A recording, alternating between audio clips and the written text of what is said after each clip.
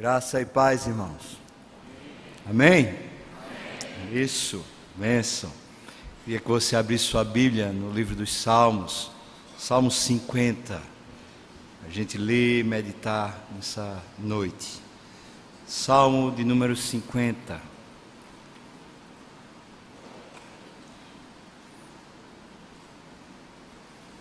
Salmo de número 50. Esse salmo foi escrito por Asaf. Asaf era o líder, o regente de música da época de Davi. Quem escolheu Asaf para ser o líder dos cânticos foi Davi. Daí você já deve pensar na excelência desse homem. Davi, além de ser um excelente músico, tinha um coração de adorador, um coração tão de adorador que Deus disse que Davi tinha um coração segundo Deus. Davi escolheu Asaf para ser o responsável pela música nos seus dias. Asaf escreveu essencialmente sobre adoração. Ele escreveu sobre motivos que fazem a gente perder a adoração de vista. Esse salmo que vamos ler, escrito por Asaf, fala sobre a essência do culto. Os outros salmos você vai encontrar a partir do Salmo 73, quando ele fala sobre os ricos, a prosperidade dos ricos, a injustiça que muitas vezes é cometida por eles, e parece que eles vão sempre bem, e ele fala que quase tropeçou quando ele pensava nessas coisas, mas depois ele olhou para o Senhor e disse: quem tenho eu no céu senão a ti, e na terra não há quem eu me compraze senão em ti, Senhor. Asaf conseguia traduzir muito bem as dificuldades que o homem passa para adorar a Deus e falar sobre isso nos seus cânticos, trazendo de volta a alma ao seu lugar certo, presença de Deus, a doce presença de Deus. Esse Salmo 50 fala sobre a essência da adoração, ou a essência de um culto, inclusive a essência de um culto público como esse que prestamos. Fala que a essência é ações de graça, a essência é gratidão, é um coração que se vê na presença de Deus, e só por estar simplesmente na presença de Deus, já está grato, sabe que não merece, sabe que não tem nada para dar a Deus, mas Deus está lá, recebendo dele, e por isso tem um coração grato. Ações de graça poderia ser então definido nesse salmo como sendo a essência de um culto. Ninguém presta culto a Deus senão por gratidão, por verdadeira gratidão ao Senhor. Esse salmo está dividido em 3 partes. Eu estou já falando antes de começar a mensagem propriamente dita, para que a gente leia com bastante atenção.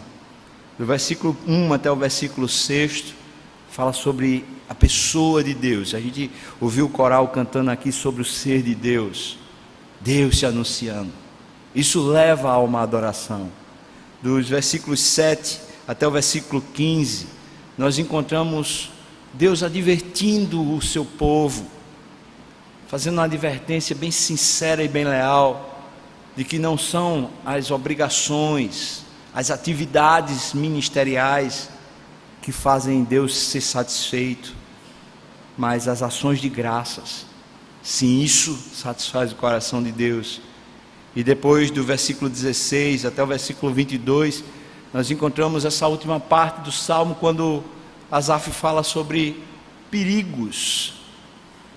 Não vou falar nem de distrações, mas de impiedades que são capazes de tirar o nosso coração da ação de graça. Impiedades, coisas que podemos praticar e que ao praticá-las, nós não oferecemos mais a Deus absolutamente nada que seja digno da sua presença. Então o versículo 23 é como o desfecho do Salmo, quando ele puxa a gente de volta para a essência, falando sobre ações de graça, a essência do culto. O culto só é prestado por verdadeiros adoradores quando eles estão de fato cheios de gratidão a Deus, de louvor. Então o Salmo tem essas 3 partes, a gente vai meditar nessa noite, nessas 3 partes, então a gente vai ler com bastante atenção. Vamos ler então, irmãos, versículo 1 até o versículo 23, por favor acompanhe com o coração aberto.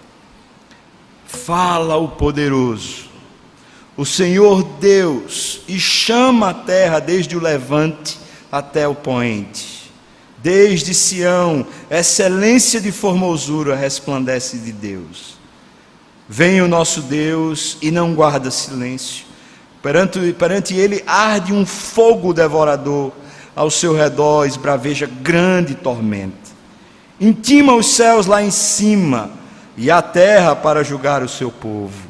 Congregai os meus santos, os que comigo fizeram aliança por meio de sacrifícios. Os céus anunciam a sua justiça, porque é o próprio Deus que julga. Escuta, meu povo, e eu falarei, ó Israel, e eu testemunharei contra ti. Eu sou Deus, o teu Deus. Não te repreendo pelos teus sacrifícios, nem pelos teus holocaustos continuamente perante mim.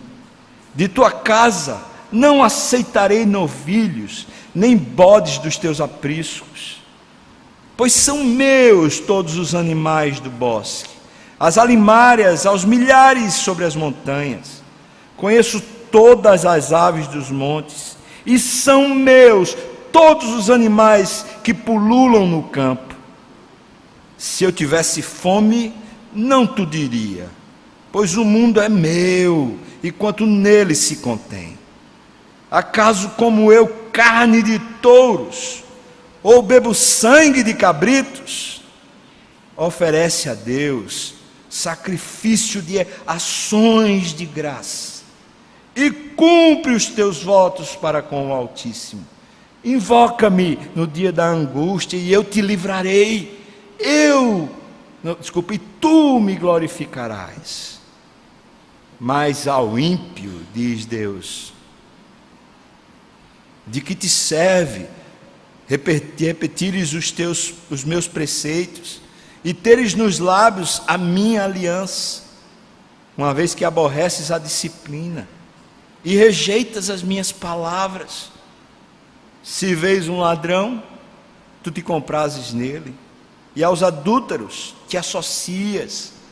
Soltas a tua boca para o mal, e a tua língua trama enganos. Sentaste-te para falar contra o teu irmão, e difamas o filho da tua mãe. Tens feito estas coisas, e eu me calei. Pensavas que eu era teu igual, mas eu te arguirei, e porei tudo à tua vista. Considerai, pois, nisto vós, que vos esqueceis de Deus, para que não vos despedace, sem haver quem vos livre. O que me oferece sacrifício de ações de graça, esse me glorificará. E ao que prepara o seu caminho, dar-lhe-ei que veja a salvação de Deus. Amém. Vamos orar, irmãos.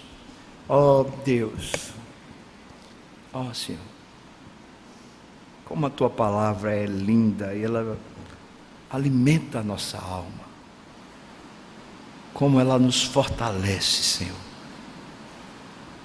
É da porção dela, Senhor, é do que está no teu coração que queremos nos alimentar aqui. Ó Pai, nós pedimos que o teu doce, maravilhoso, Santo Espírito possa nos ensinar aqui nessa noite. Ó Senhor, abra o espaço, abra o nosso coração, ó, abre a nossa mente, Senhor, inclina-nos diante da tua doce majestade, ensina-nos os teus preceitos, ó Senhor, nos fortaleça, Pai, conduz-nos aqui, como precisamos, Senhor, de Ti.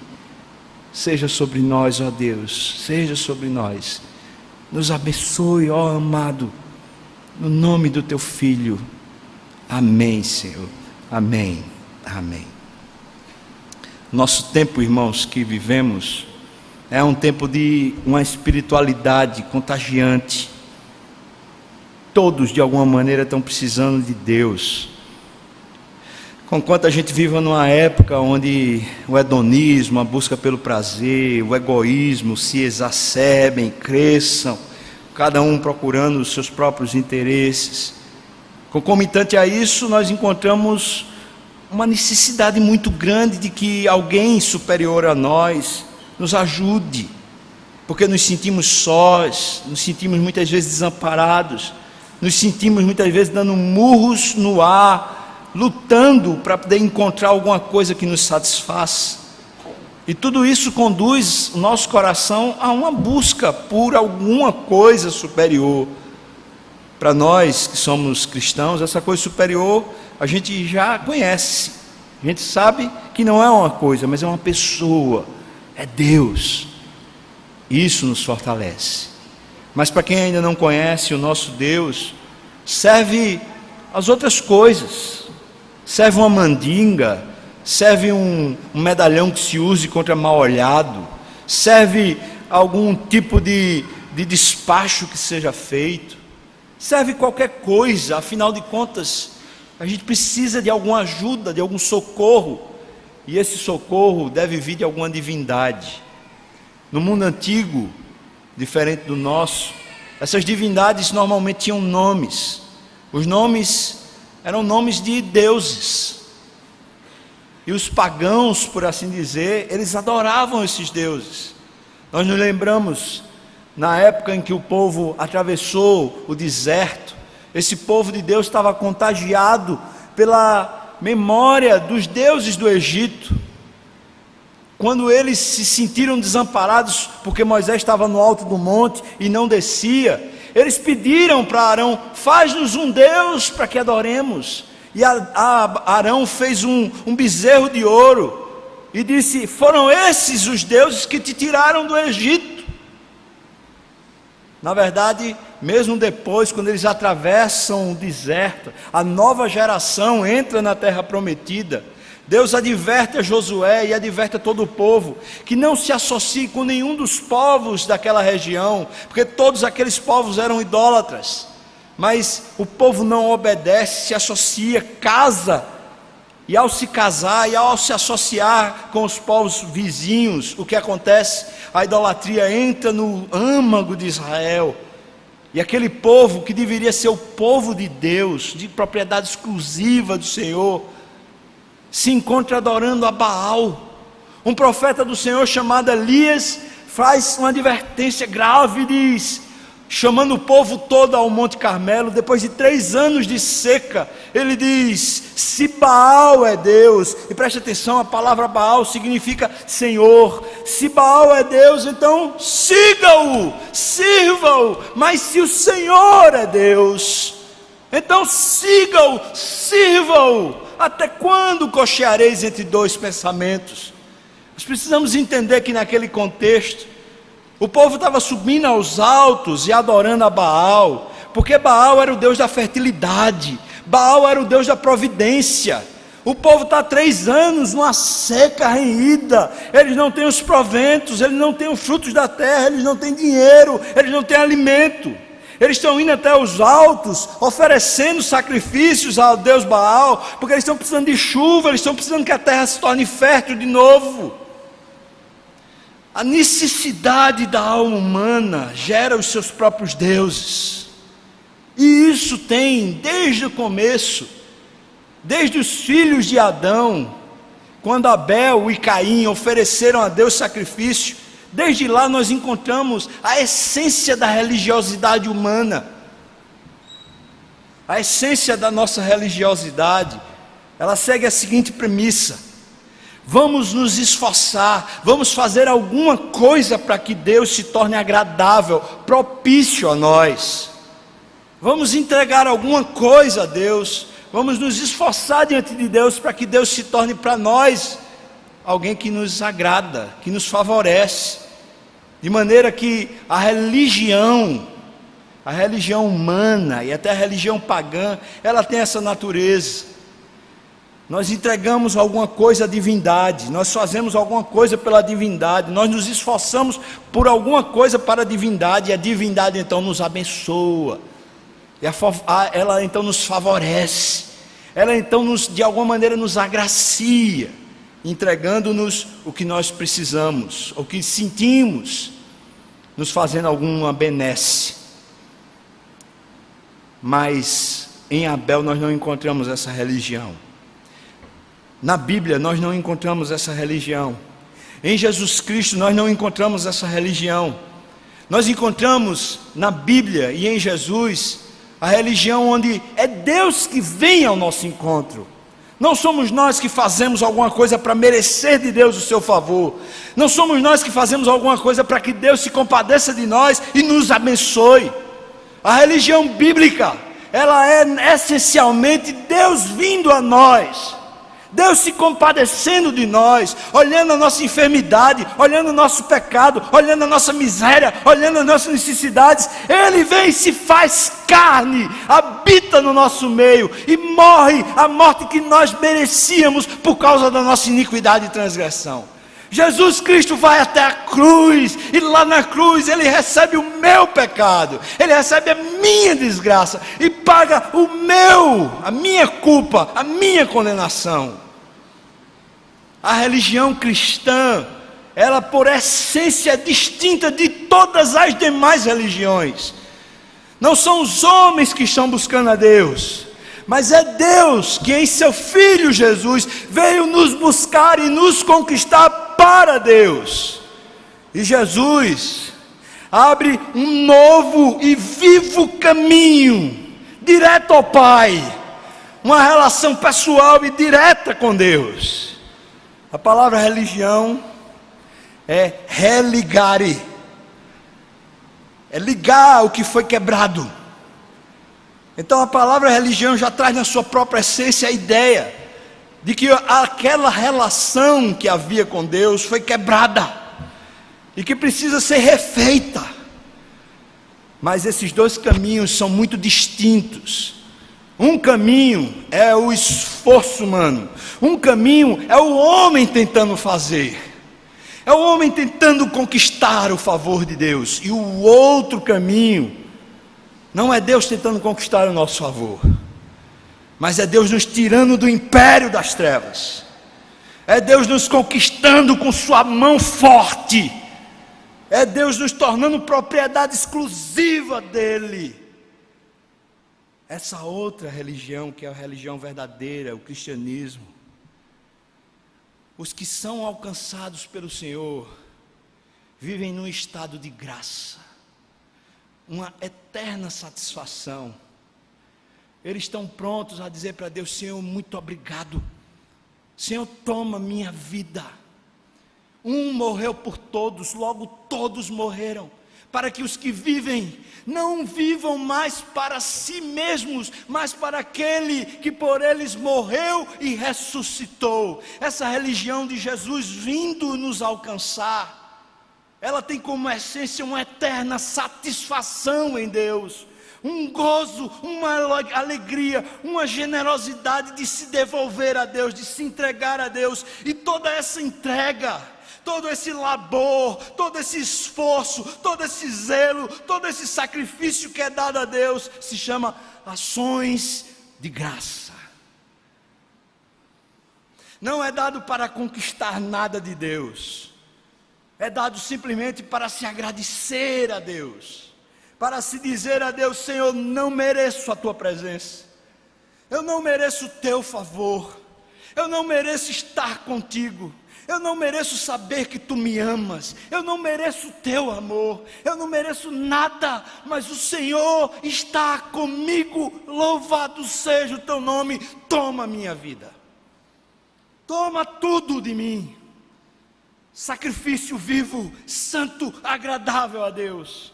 Essa entrega pessoal, gratuita, generosa, total, não fruto de uma tentativa de conquistar a Deus, não fruto de uma tentativa de se tornar alguma coisa para Deus, simplesmente uma devolução, uma entrega, porque Ele nos conquistou, porque Ele nos alcançou, porque Ele fez por nós o que nós jamais poderíamos fazer, ou por nós, ou por Ele mesmo. Esse salmo traz essa essência. Agora a gente está falando de uma época de 1000 anos antes de Jesus Cristo. Mas já 1000 anos antes, o mesmo Espírito que está em Cristo, e o mesmo Espírito que está na sua igreja hoje, 2000 anos depois de Cristo, continua anunciando a mesma verdade. Ações de graça, esse Espírito compungido, esse constrangimento de amor, essa coisa que toma o nosso coração dizendo para Deus: Senhor, eu não mereço a tua presença, eu não mereço o teu amor, eu não mereço o teu carinho, eu não mereço o teu sacrifício, eu não mereço o teu Espírito, mas o Senhor me deu, louvado seja o teu nome, toma tudo de mim, Senhor. Isso é culto. Essa é a essência de um culto. Quando falamos para Deus, vamos buscar a Deus. Quando falamos um para o outro, vamos para o culto. Não é apenas o ajuntamento solene, não é apenas estar entre quatro paredes, fazer louvores, cantar louvores, participar de pregações, participar de cerimônias como a Santa Ceia. Envolve uma essência de gente que quer Deus, que se vê diante de Deus dizendo: Deus, eu preciso de Ti, eu quero a Ti, porque se vê amado pelo Senhor, porque se vê querido pelo Senhor, porque se vê devedor diante do Senhor, se vê constrangido diante do amor de Deus. Essa é a essência. Ações de graça que são refletidas no ministério da gente, no serviço, num coral que se compromete a estar durante a semana ensaiando e chega no horário e aprende as músicas, se esforça para apresentar ao Senhor o seu louvor, num sermão que é preparado para ser pregado, numa classe de escola dominical onde é estudado e preparado para ser ensinado, num grupo de multimídia que se esforça, prepara o Graças News e prepara cada esforço, cada domingo, todo o material para estar dando aos outros que não podem vir ao templo para apresentar o culto e eles participarem junto. De tantos que têm se esforçado semanalmente, invisivelmente, tanta gente que vem para reuniões de oração, que intercedem, gente que trabalha no cursilho, gente que está trabalhando em grupos pequenos, gente que está trabalhando no discipulado, gente que está se esforçando. Isso são ações de graça, porque se não forem ações de graça, se forem simplesmente exercício de sacrifício pessoal, exercício de tentar agradar a Deus pelo esforço próprio, elas não são aceitas por Deus, elas são rejeitadas por Deus, elas não servem a Deus, antes servem ao próprio ego e ao próprio homem. Veja como Asaf discorre a respeito disso. Ele apresenta primeiro o que alimenta essa ação de graça, ou essas ações de graça. Do versículo 1 até o versículo 6, nós encontramos Asaf falando sobre o que alimenta o coração. Veja aí, por favor. Eu posso dizer que o que alimenta o coração é o ser de Deus.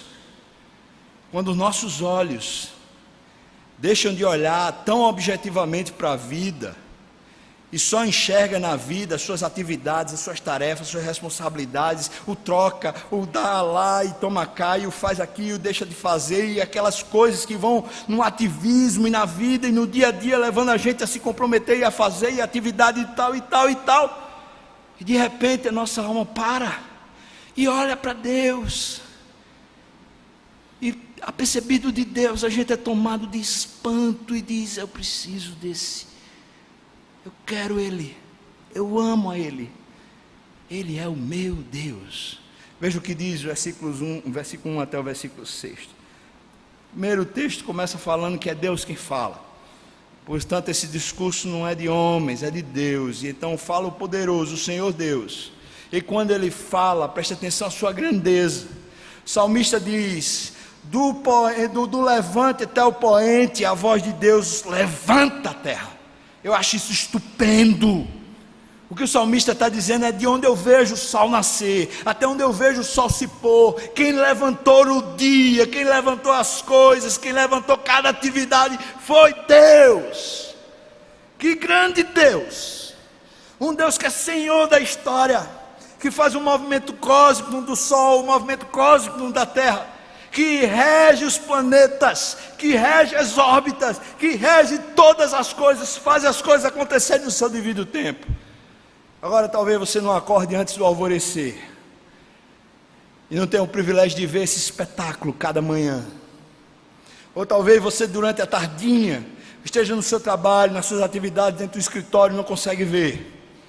Ou então você está dentro de casa, está estudando, está assistindo televisão, ou está preocupado com uma série de coisas e não consegue nem da janela do seu apartamento ver o sol se pôr. E você nem olha que Deus é quem está regendo o tempo, que Deus é quem está controlando todas essas coisas, e nem se apercebe do espetáculo que todo dia nunca vem a faltar, desde o começo da criação. O sol que nasce na nossa terra e se põe cada dia, mostra um Deus que levanta com a sua voz as coisas. Versículo 2 ele diz: lá desde Sião, desde o lugar do sacrifício de Isaac, desde o lugar onde Deus se comprometeu com Abraão, lá desde as promessas de Deus, a formosura resplandece Deus. De formosura ele resplandece. Nosso Deus é formoso, desde as suas promessas, desde as suas palavras, desde os seus atos, desde cada atividade que o Senhor impõe a gente, que faz a gente empreender, ele resplandece. É um Deus que resplandece, mais claro do que o sol, mais lindo do que qualquer beleza que a gente possa ver. É um Deus que resplandece. Olhando para Deus, a gente pode dizer: Deus, obrigado. Eu não mereço ter o Senhor, eu não mereço estar contigo, Senhor. Eu não mereço ter o privilégio de poder orar. Eu não mereço ter o privilégio de poder cantar para o Senhor. Eu não mereço ter o privilégio de poder pregar a Tua palavra. Eu não mereço ter o privilégio de ler a Tua palavra. Olhando para o Senhor, a nossa alma fica grata. Ele é grande demais, Ele é excelente demais para nós. A nossa alma não consegue entender, nossa razão não consegue captar, não temos recursos para chegar lá. Mas Ele quer-nos, Ele nos quer, e então Ele vem e nos pega. Nós ficamos gratos. Versículo 3 diz: vem o nosso Deus e não guarda silêncio perante Ele. Talvez a figura que é usada aqui é aquela figura do Monte Sinai, quando Moisés estava lá 40 dias, o fogo era tremendo lá em cima, havia nuvens, havia tempestade, havia trovões, o povo estava lá embaixo tremendo de medo, porque Deus disse: se alguém tocar no monte vai ser fulminado. O povo pensa: Moisés morreu. Esse é o nosso Deus, irmãos. É um Deus que arde como fogo, que queima. É grande a sua glória, é grande o seu esplendor. Um Deus tremendo ao seu redor, esbraveja grande tormenta. Ninguém ouse se chegar a Ele, ninguém ouse tentar conquistá-lo, ninguém ouse tentar encapsulá-lo. Ele é esse Deus de fogo, esse é um Deus aterrador. Versículo 4 diz: Ele é quem intima o céu lá em cima, e Ele intima a terra aqui embaixo, para que julgue o seu povo. Então Ele chama a igreja de Israel: congregai os santos, os que comigo fizeram aliança. Eu quero conversar com eles. As ações de graça, elas são fruto de olhar para Deus, não são frutos das bênçãos que recebemos. Até uma pessoa que nem conhece a Deus, que não tem um mínimo conhecimento de Deus, de repente consegue um casamento que desejava, ou de repente ganha um carro que queria tanto, ou um apartamento que buscou durante anos comprar, e diz: eu queria fazer um culto de ações de graça. Essa pessoa vai cultuar sei lá quem, mas ela está dizendo: eu quero agradecer a algum Deus, porque eu ganhei essa coisa, que eu conquistei essa coisa. Um ímpio pode louvar qualquer Deus por causa de uma benesse, por causa de alguma coisa que conquistou. Mas o povo de Deus louva a Deus porque olhou para Deus. Pode estar passando pelo pior momento. Paulo disse: olha, eu já sei, aprendi a bendizer o Senhor, a me alegrar no Senhor, tanto na fartura quanto na escassez. Em qualquer situação eu já fui provado. Paulo acaba debaixo da terra, ele acaba num poço, num buraco, ele passa alguns anos ali, irmãos. É o final da vida de Paulo, ele está só, ele diz: todos me abandonaram, ele está com frio, e ali debaixo daquela terra, Paulo tem alegria no coração. Sabe por quê? Porque ele está olhando para Deus. Olhando para Deus, sua alma está regozijada por ter Deus. Essa é a bênção. Alguém que consegue, pela graça do Senhor, olhar para Ele, tem que devolver para o Senhor tudo, tem que entregar a Ele. Toma, Senhor, toma minha vida, toma meus dons, meus recursos, meu coração, toma. Eu não mereço estar contigo, Senhor. Eu não mereço usar as coisas que Tu me deste para mim mesmo. Eu não mereço. Toma tudo, Senhor, para Ti. Essa é a essência das ações de graça, do verdadeiro culto que é feito ao Senhor. Tendo dito isso, Deus chamou agora o povo para um juízo, para uma conversa franca a respeito do que estava distraindo eles, do que estava tirando eles da adoração, do culto ao Senhor. E então do versículo 7 até o versículo 15 nós encontramos essa primeira porção, quando Deus diz para o povo: olha, eu não tenho nada para repreender você, eu não quero repreender vocês pelos holocaustos que vocês prestam, eu não quero repreender vocês pelo serviço que vocês estão fazendo para mim. Antes eu quero só alertar vocês que não é o que vocês estão fazendo para mim que de alguma maneira faz vocês ficarem melhor, ou faz vocês chegarem até a minha presença, ou mesmo fazem vocês alcançarem o meu favor. É muito interessante quando ele diz aqui, por favor, veja o que ele diz, versículo 12: se eu tivesse fome, não tu diria, eu não iria dizer para você, pois o mundo é meu, e quanto tudo que se contém nele. Aí ele fala: acaso eu como carne de touros, ou bebo sangue de cabritos? Sabe o que Deus está dizendo aqui, irmãos? É mesmo o sacrifício, o culto que vocês fazem.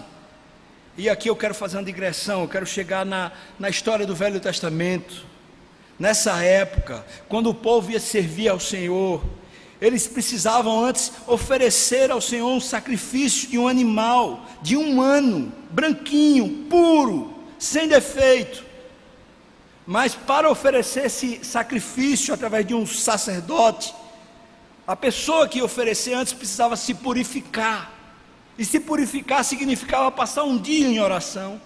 Depois desse dia em oração, e durante esse dia de oração, ele não deveria conhecer mulher, ou seja, nem a sua própria esposa ele deveria ter relação sexual com ela.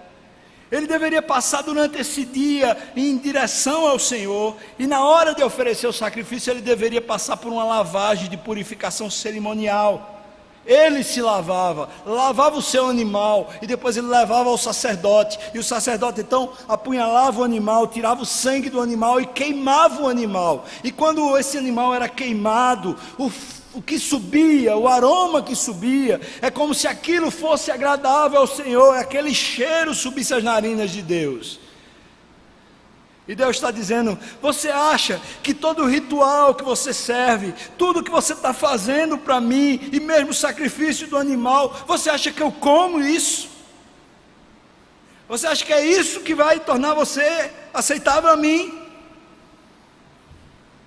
Já mesmo no Velho Testamento, a pessoa que ia prestar o sacrifício, quando pegasse aquele animal, quando se preparava para o sacrifício, deveria olhar para aquele animal e entender: a minha culpa, o meu pecado, só tem um preço por ele, que se chama morte, e eu preciso que alguém morra no meu lugar, para eu poder me tornar aceito a Deus.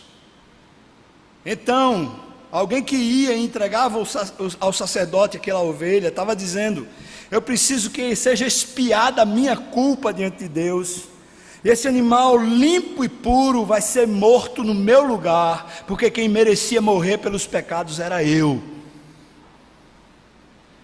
Mas se alguém vai e oferece esse animal pensando: o que eu acabei de fazer foi o que me tornou aceito a Deus, foi o meu esforço, foi o meu animal, foi eu ter comprado esse animal, foi eu ter conquistado esse animal, foi eu ter criado esse animal, foi todo o preparo que eu fiz, que fez eu ser agradável a Deus, esse alguém não estava servindo a Deus, por mais que estivesse cumprindo todo o ritual. Porque o que agrada a Deus é ações de graça.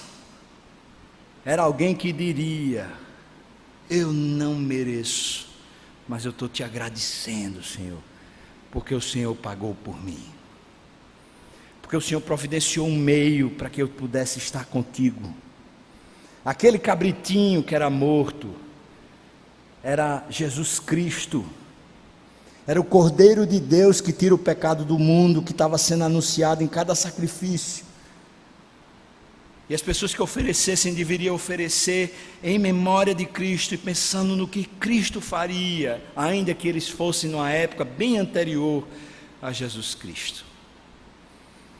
Por isso, eu posso aplicar esse ensino que Deus está dizendo aqui, afirmando para mim e para você, irmão: não é a minha dedicação na leitura da Bíblia, não é a minha dedicação na vida de oração, não é a minha dedicação na preparação de sermões, não é na minha dedicação no meu ministério pastoral, não é a dedicação do pessoal do coro que vai lá e ensaia semanalmente, não é a dedicação do pessoal do sopão que vem, prepara o sopão, que se esforça e vai distribuir o sopão, não é o pessoal do segundo mandamento que ora, que se prepara e vai visitar os que estão desabrigados no meio da rua. Não é o esforço que temos que nos torna agradável a Deus,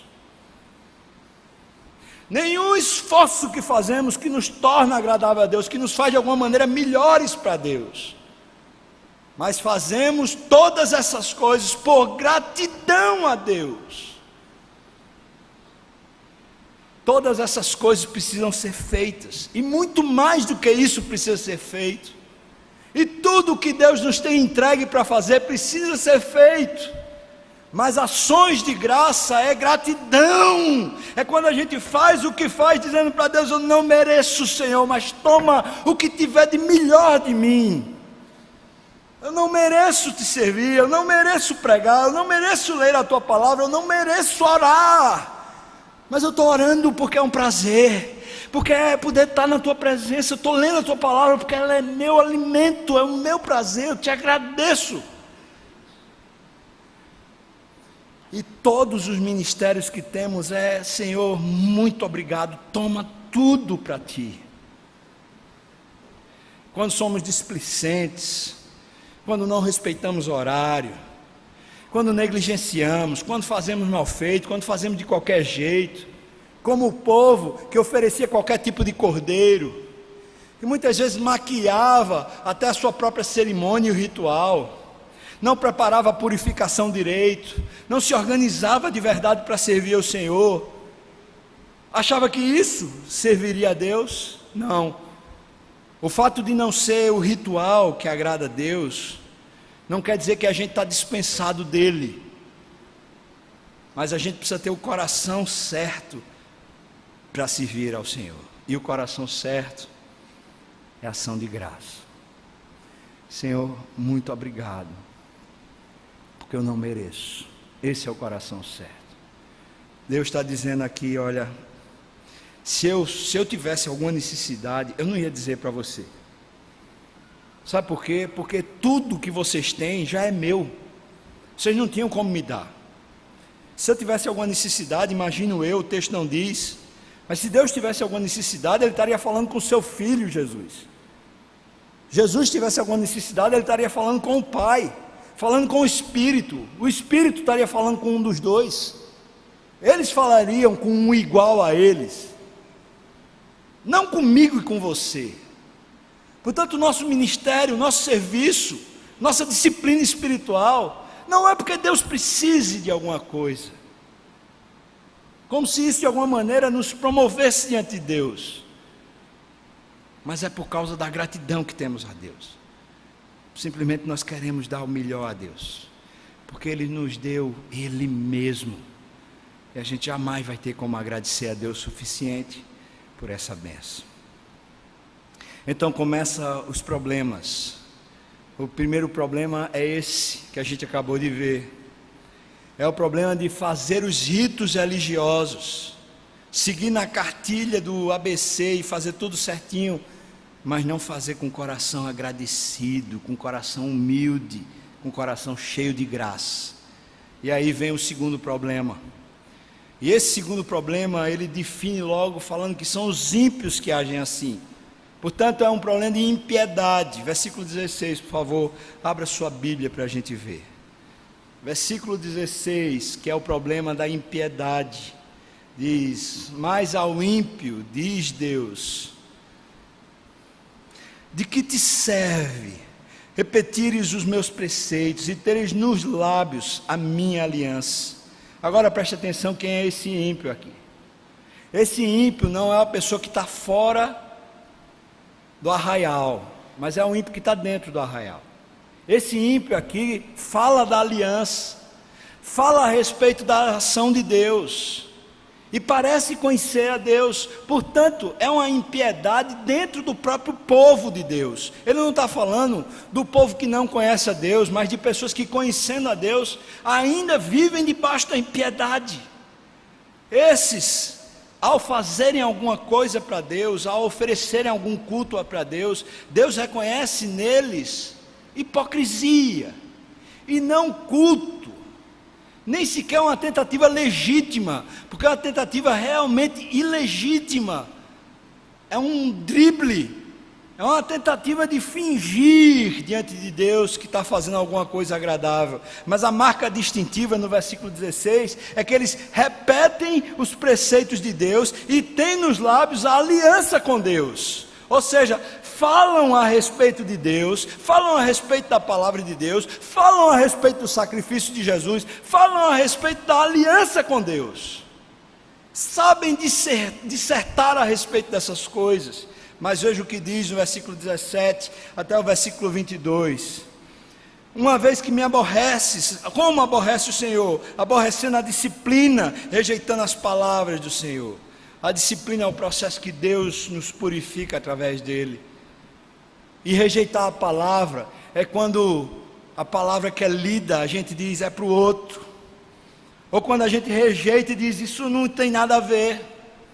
Rejeitar a palavra é quando a gente está ouvindo um sermão e a gente está simplesmente criticando, em vez de estar olhando para a palavra, em vez de estar ouvindo do Espírito. Rejeitar a palavra é quando a gente não vem para uma escola dominical, ou quando a gente fica na escola dominical do lado de fora. Rejeitar a palavra é quando a gente tem a oportunidade de conhecer mais o Senhor e simplesmente diz, eu não quero, eu não preciso, talvez eu já conheça demais. Rejeita a palavra. Ele está dizendo, o lastro da impiedade nasce por causa dessas duas coisas que acontecem. Veja quais são as duas coisas. Não quer a disciplina, fica sempre raivoso com a disciplina de Deus, e por outro lado rejeita a palavra de Deus. E então o que é que faz, uma vez que está nesse processo de impiedade? Diz, versículo 18, se vês um ladrão, tu te comprazes nele. Ele discursa a respeito disso no Salmo 73 com muito mais profundidade, quando ele diz que só em pensar no que acontecia no meio dos ímpios, dos ricos, ele quase tropeçou. Ele diz: eles fazem negócios ilícitos, eles são corruptos e ainda ganham mais, ainda são mais ricos, eles parecem que são mais saudáveis, eles parecem que são mais belos, eles parecem que têm muito mais vida do que a gente. Parece que nunca eles são alcançados, nunca parece que o mal chega na casa deles.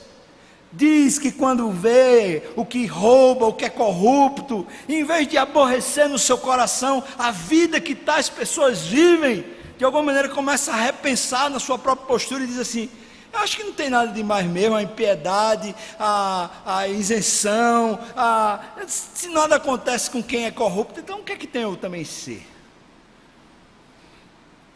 Versículo 18 ainda diz: e aos adúlteros te associas.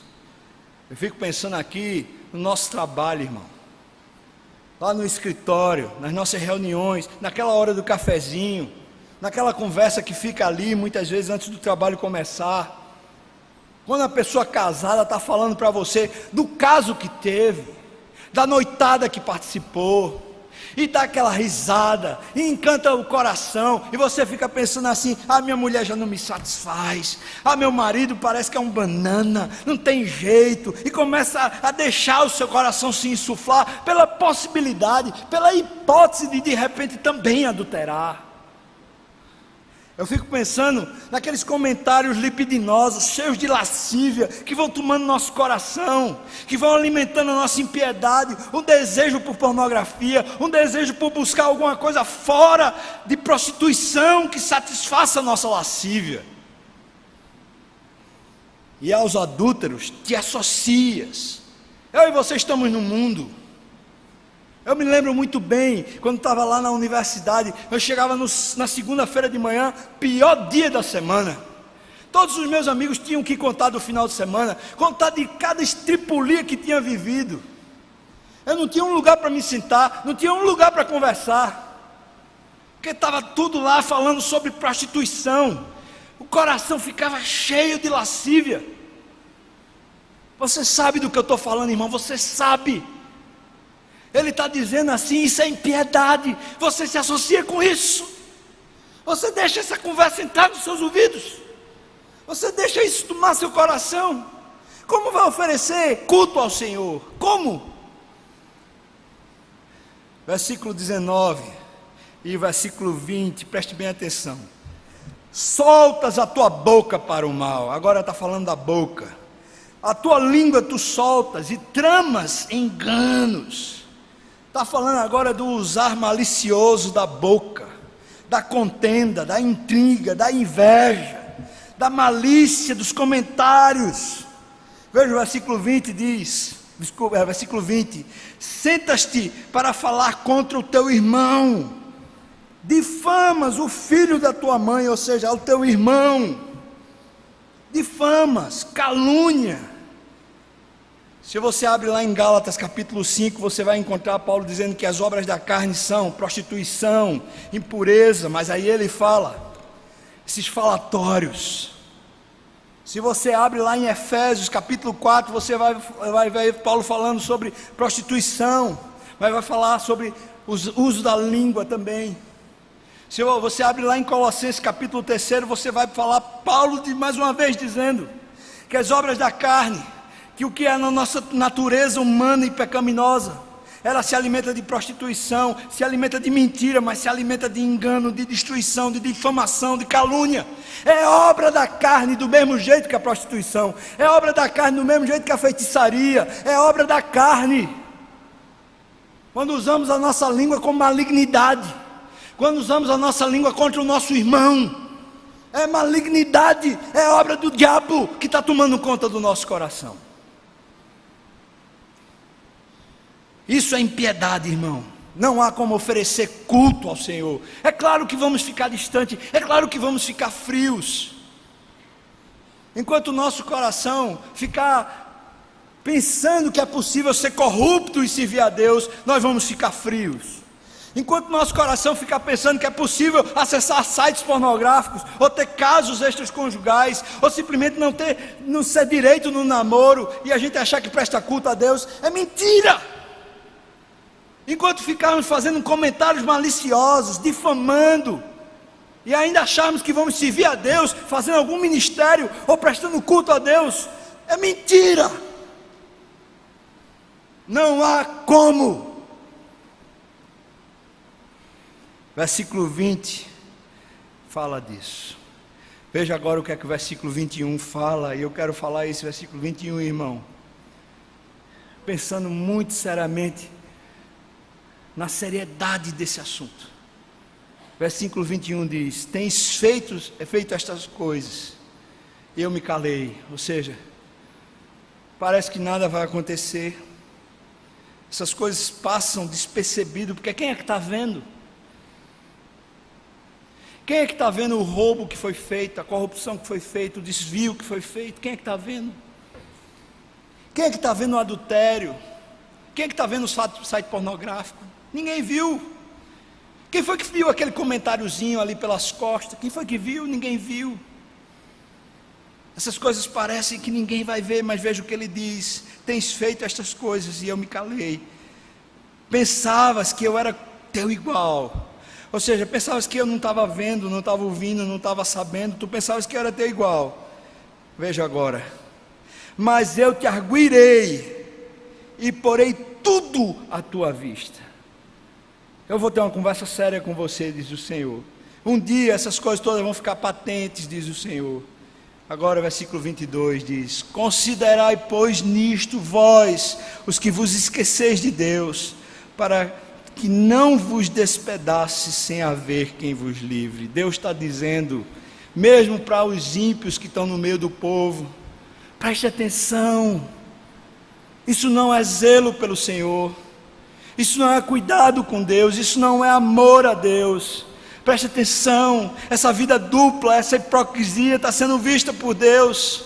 Considere no amor de Deus, considere no cuidado de Deus, considere, Deus quer você, irmão, Deus quer estar com você, Deus quer ver a sua voz, Ele quer ver sua pessoa, Ele quer usar você, Ele quer de fato lhe abençoar. Considere nisso, considere atentamente, porque Deus não quer lhe despedaçar, Ele não quer ter que intervir, Ele não quer ter que baixar a sua mão forte, para que eu não vos despedace sem haver quem vos livre. Considere nisso, que a mão do Senhor é pesada. Versículo 23 diz: a essência do culto, o que me oferece sacrifício de ações de graça, esse me glorificará. Quando o que oferecemos ao Senhor é ação de graça, não é tentando fazer alguma coisa, não é um pagamento, não é uma tentativa de constranger a Deus, não é barganha, é ação de graça. Obrigado, Deus, toma ao Senhor a minha vida. Isso glorifica a Deus. Sabe o esforço que você faz, pegando esse trânsito renhido para chegar aqui, para participar daquela reunião que vai ter preparativa para o cursilho, aquele esforço que você faz para poder conseguir chegar lá no grupo pequeno naquela hora, aquele esforço que você faz sem ninguém ver, enquanto você está lá na sua casa estudando a palavra, crescendo, aprendendo do Senhor, ninguém parece que vê, parece que não tem recompensa. Sabe, Deus está dizendo: eu me agrado. Tá, esse tipo de sacrifício de ações de graça me glorifica, meu nome é honrado, eu fico feliz. John Piper tem mania de dizer: Deus é muito mais glorificado quando nos satisfazemos nele. Ações de graça. Aí ele repete, num ato sinonímico, o versículo continua: ao que prepara o teu caminho, ações de graça. Ao que prepara a sua conduta, literal, a palavra caminho aqui quer dizer dia a dia. Quer dizer aquilo que você faz costumeiramente, ou seja, quando você prepara a sua vida. Ações de graça. Ações de graça. Ao que prepara o seu caminho, dar-lhe-ei que veja a salvação de Deus. Essa última parte é sinonímico do versículo 15. Veja aí o versículo 15, por favor. Invoca-me no dia da angústia e eu te livrarei, e tu me glorificarás. Irmãos, culto a Deus de verdade não é simplesmente a gente se ajuntar no domingo. Não é a gente ter aqui o louvor, um coral, uma pregação, ter santa ceia, porque essa parte toda faz parte da cerimônia, faz parte da dedicação de muitos. Está lá o pessoal do coral se esforçando, se dedicando, o pessoal do louvor que semanalmente tem que ensaiar, e aquela dificuldade, muitas lutas e tal. O pregador que vai lá, estuda a palavra durante a semana, que se dedica, que busca o Senhor. Tudo isso faz parte da preparação. Mas o culto, a congregação, diz respeito ao que está lá dentro do seu coração quando você chega aqui. Esse culto diz respeito ao que você fez na segunda-feira passada. Esse culto de hoje diz respeito a que tipo de comentário conduziu sua boca durante a semana. Esse culto de hoje diz respeito a como se conduziram os seus olhos enquanto você olhava a mulher do próximo, ou o marido da outra, ou o homem que não é seu e a mulher que não é sua. Esse culto aqui tem a ver como foi que sua mão foi conduzida, se você desviou, se você de alguma maneira driblou a sua consciência e se corrompeu. Esse culto tem a ver com ações de graça, com um coração que diz: Deus, eu jamais mereço a tua presença, mas o Senhor me deu gratuitamente. A palavra que era usada no Velho Testamento para traduzir ações de graça era hesed, que diz respeito a um ato misericordioso de Deus que constrange o coração humano e faz o homem responder. É a resposta a um constrangimento de amor. Essa palavra de ações de graça no Novo Testamento é cariz, é graça. A gente não merece e por isso a gente devolve a Deus. Nós amamos porque Ele nos amou primeiro. Tudo o que temos veio da mão dEle, por isso devolvemos. Tudo o que somos foi Ele quem nos deu, então nada mais digno do que ofertar a Ele de volta. Por isso eu quero lhe chamar, irmão, você que é de algum ministério, talvez o ministério de oração, de intercessão, você que é do ministério da junta diaconal, você que é do ministério dos oficiais, dos presbíteros, você que é do grupo dos pastores, você que é do coro da igreja, você que é do grupo de professores da escola dominical, você que serve no departamento infantil, você que faz parte dos grupos pequenos, é líder de grupos pequenos, você que é discipulador, você que trabalha em qualquer área, no nome de Jesus, acorde. Você não está fazendo para homens, você não está fazendo para instituição, você não está fazendo para a igreja das graças, você não está fazendo para inglês ver. Importa o que você faz na semana, importa como está grato o seu coração, importa o quanto você está dependente do Senhor, importa o quanto você se curva diante do Senhor, importa o quanto você adora a Deus. Deus não está interessado no que você faz para Ele, mas Ele está interessado em quanto o seu coração quer Ele, o quanto você anela por Ele, o quanto há ações de graça na sua vida. Oferecer ao Senhor um culto que seja agradável.